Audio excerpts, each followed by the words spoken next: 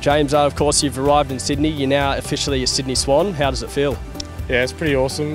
Pretty surreal to come to such a good club. Obviously, you know, the Bloods culture and everything. It's pretty awesome to join the boys.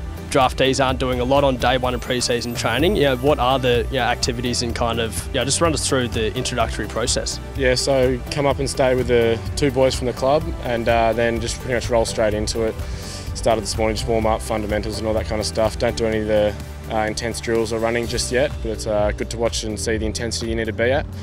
And then just do a bit of meaty stuff, roll through, do your medical screening, and then hopefully build up the load as the week goes on. The Swans, of course, picked you up at the national draft last Friday, James. Who were you with when you heard the great news? What did it feel like? What did you do to celebrate? I was just with my immediate family, my grandma.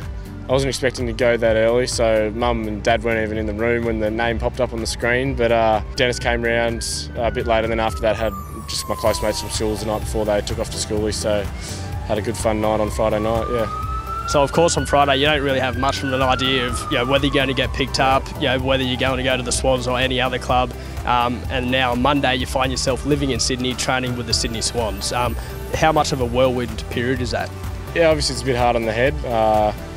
It's pretty tough, I guess, but the boys and all the boys at the club and all the coaching staff make it real easy. The transition's been smooth so far, and even prior to coming up to Sydney, getting a few phone calls and texts just make it feel like you're already part of the club, which has been nice, make it easier, yeah.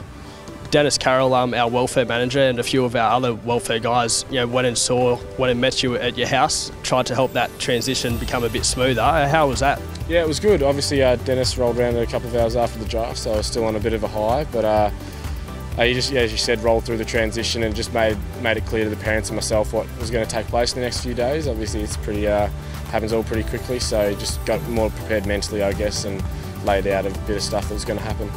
What's the number one position you play and what are your key attributes? This year I got drafted as an inside mid, that's where I played the majority of the season, and I guess my strengths are my stoppage work and clearances. My power out of there has probably put me in the position I am up here today, yeah. And of course today is day one of pre-season training. What are your key goals as you look towards your first pre-season as an AFL footballer? Yeah, obviously everyone's sort of major goals to hit that round one. I don't want to set it as like an expectation and look like so arrogant, but definitely want to set that as a goal and do everything I can to get there, yeah.